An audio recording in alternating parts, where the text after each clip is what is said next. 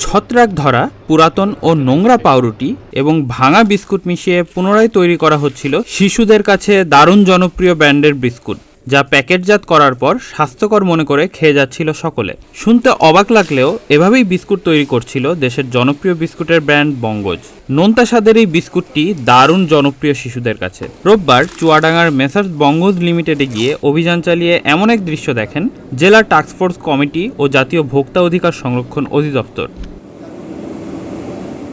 বাংলাদেশ সেনাবাহিনী ও নিরাপদ খাদ্য কর্তৃপক্ষের সার্বিক সহযোগিতায় সদর উপজেলার দৌলতদিয়া এলাকায় অভিযান পরিচালিত হয়। তদন্ত কর্মকর্তারা জানান, প্রতিষ্ঠানটিকে পূর্বে সতর্ক করা সত্ত্বেও পুনরায় অস্বাস্থ্যকরভাবে খাদ্যপণ্য তৈরি করতে দেখা গিয়েছে। বিভিন্ন বিস্কুট, পাউরুটি তৈরি করে রাখা হচ্ছে অস্বাস্থ্যকর লেখা কাগজ, ছাপা কাগজ, কার্টুন ও অস্বাস্থ্যকর মেঝেতে। কর্মচারীদের স্বাস্থ্যবিধিও যথাযথভাবে মানা হচ্ছে না।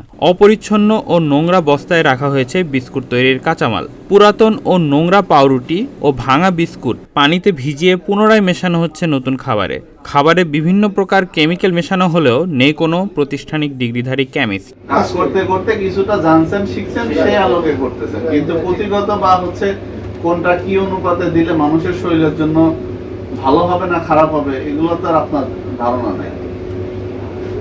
আমার স্যার অভিজ্ঞতার জন্য আমি করছি আর কি।